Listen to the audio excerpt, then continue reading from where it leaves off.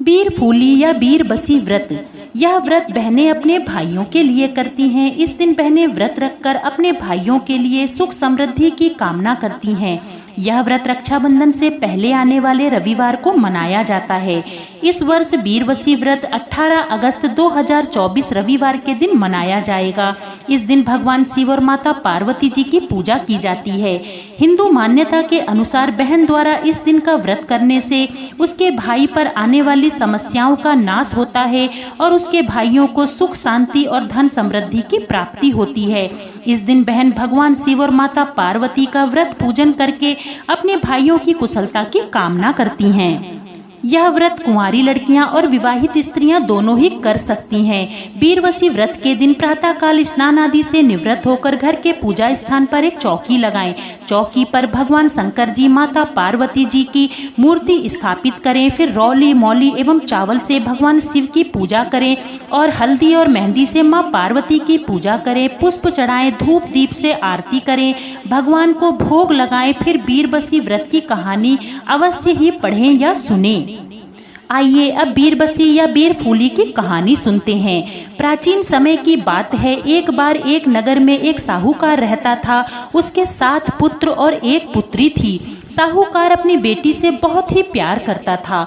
वो उसकी बहुत ही लाडली बेटी थी। सेठ सेठानी शुरू से ही अपनी बेटी से बीरबसी का व्रत करवाते थे। जब बेटी का विवाह हो गया तो उसे हर वर्ष बीरबसी पर घर बुलाकर खाना खिलाते और अच्छे से अपनी बेटी को विदा करते, क्योंकि ऐसी मान्यता है कि बीरबसी के दिन शादी के बाद भी बहन को अपने ही पीहर का खाना या उसके द्वारा दिए गए पैसों से ही भोजन खाना होता है।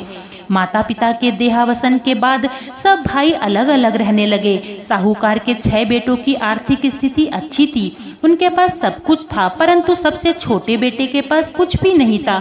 वो बहुत गरीब था। वो अपने बड़े भाई के खेतों में काम करके अपने और अपने परिवार का गुजारा बसारा करता था। उसकी स्त्री बहुत ही सुशील और गुणवान थी।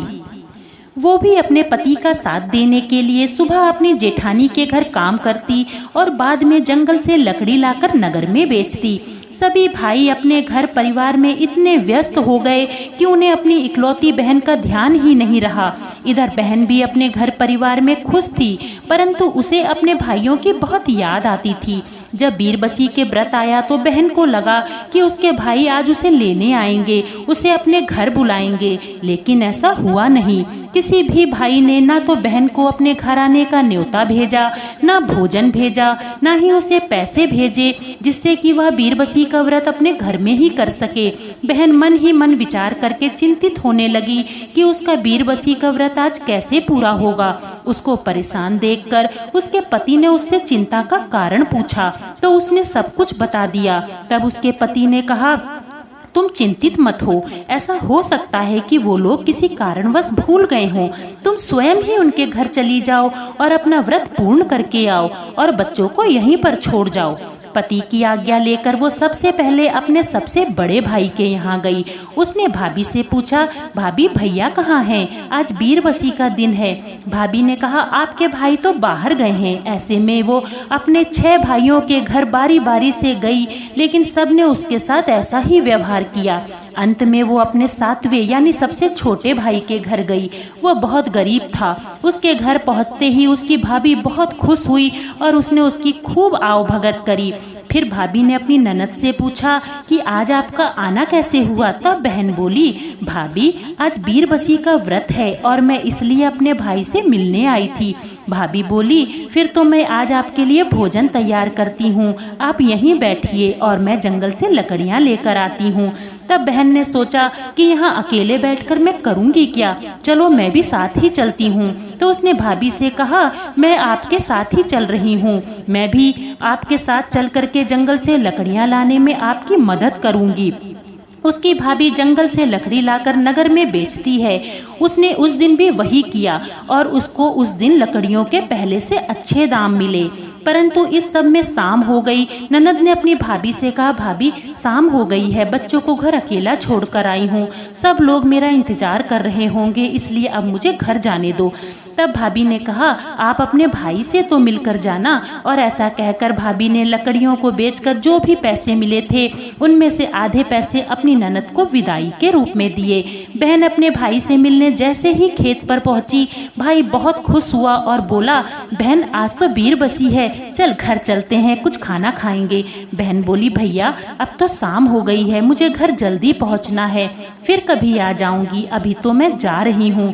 भाई ने खेत में कद्दू बोया था तो उसने कहा, बहन ऐसा है तो यह कद्दू ले जा। और भाई ने बहन को कद्दू भरकर दे दिए। बहन कद्दू लेकर चल दी, लेकिन उसके मन में विचार आता रहा कि जब वो घर पहुंचेगी तो सब लोग इसे देखकर क्या कहेंगे।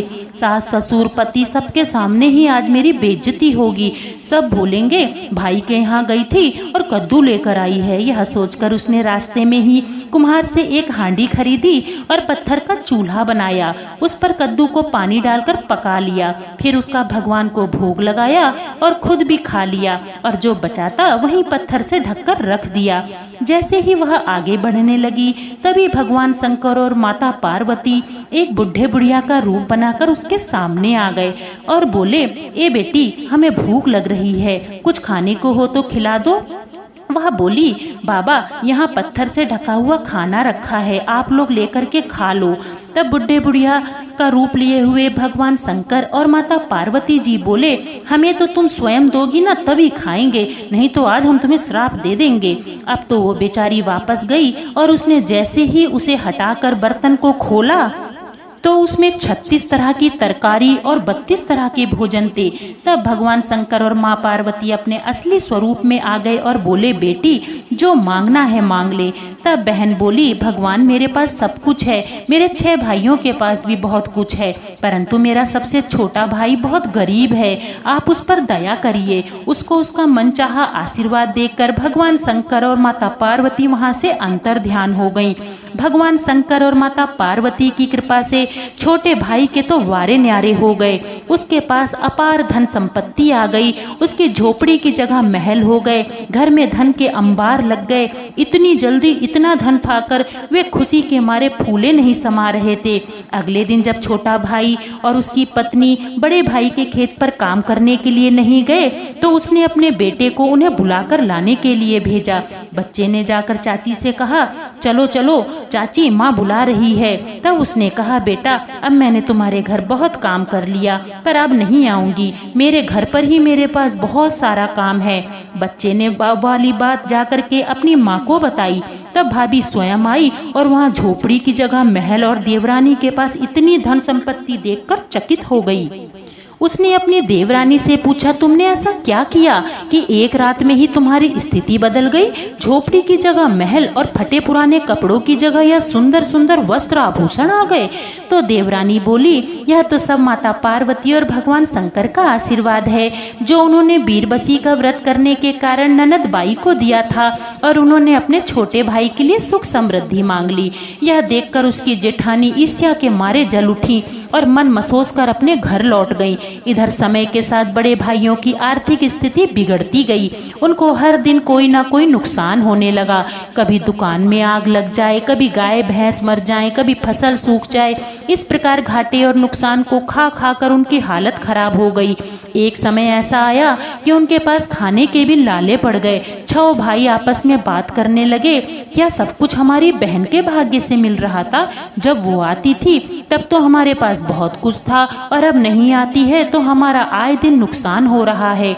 तब उनमें से एक की पत्नी, जो अपने सबसे छोटे देवर की उन्नति से चिढ़ रही थी, वो बोली, तुम्हारी बहन हम सब पर टोटका करा कर गई है, जिससे तुम्हारा 7वां भाई तो समृद्ध हो गया और तुम सब भिखारी बन गए। वो तुम लोगों से प्रेम नहीं करती और ना ही तुम्हारी उन्नति चाहती है, इसी कारण उसने ऐसा किया है। उसकी बातें सुनकर भाइयों को अपनी बहन पर क्रोध आ गया और वो उसे मारने के लिए तलवार लेकर चल दिए। चारों तरफ बारिश हो रही थी। बहन अपने घर के आंगन में काम कर रही थी और काम करते करते बोल रही थी हे बीरबसी माता, मेरे सातों भाइयों के खेत में खूब पैदावार करना, उनके धंधे में बरकत देना, उनके परिवार में सुख शांति रहे, ऐसी कृपा करना। यह सब सुनकर भाई बोले, अरे ये तो आज भी हमारे लिए दुआ मांग रही है, और हम सब इसके बारे में क्या क्या सोच रहे थे। तभी बिजली का चमकना हुआ और बहन का घर से बाहर आना हुआ। बहन ने अपने भाइयों को एक साथ हाथों में तलवार लिए देखकर पूछा, अरे आप यहाँ तलवार लेकर बरसात में क्यों भीग रहे हैं? तब भाई बोले, हम तो तुझे मारने आए थे। तेरी भाभी ने बताया था कि तू बीरबसी के दिन आई थी और उसके बाद तू कुछ ऐसा करके चली गई जिससे हमें आए दिन नुकसान हो रहा है और छोटा भाई तरक्की कर रहा है।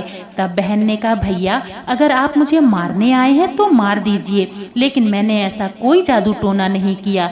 फिर भाई बोले, तू जिस दिन से वापस गई है उस दिन से हमारा घाटा क्यों हो रहा है? क्यों हमें हर काम में नुकसान उठाना पड़ रहा है?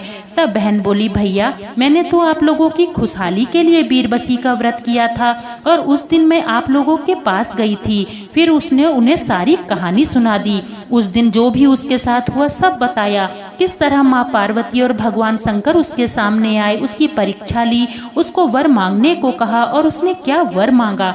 तब उसके भाइयों को अपनी गलती का एहसास हुआ। तब उन्होंने कहा कि बहन अब से बीरबसी पर तुम हमारे घर जरूर आना। फिर सब बहन को बुलाने उसके घर गए, आपस में ही झगड़ने लग गए कि मैं जाऊंगा मैं जाऊंगा। तब बहन बोली, भैया मैं सबके घर आऊंगी और आप सभी के यहाँ थोड़ा थोड़ा भोजन करूंगी। जब बीरबसी का दिन आया तो बहन अपने सभी भाइयों के पास बारी बारी से गई और सबके यहाँ थोड़ा थोड़ा भोजन लेकर भगवान को भोग लगाया। भगवान को भोग लगाने के बाद स्वयं खाया।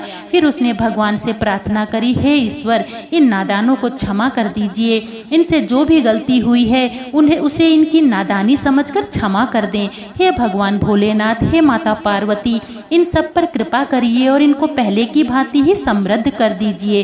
तब से सब भाई बहन को आदर सत्कार के साथ बुलाने लगे और उनके घर में पहले जैसी ही सुख समृद्धि हो गई। हे माता पार्वती, हमारे सभी भाइयों के ऊपर अपनी कृपा बनाए रखिएगा और सबके घर में सुख समृद्धि का योग दीजिएगा। बोलिए पार्वती माता की जय।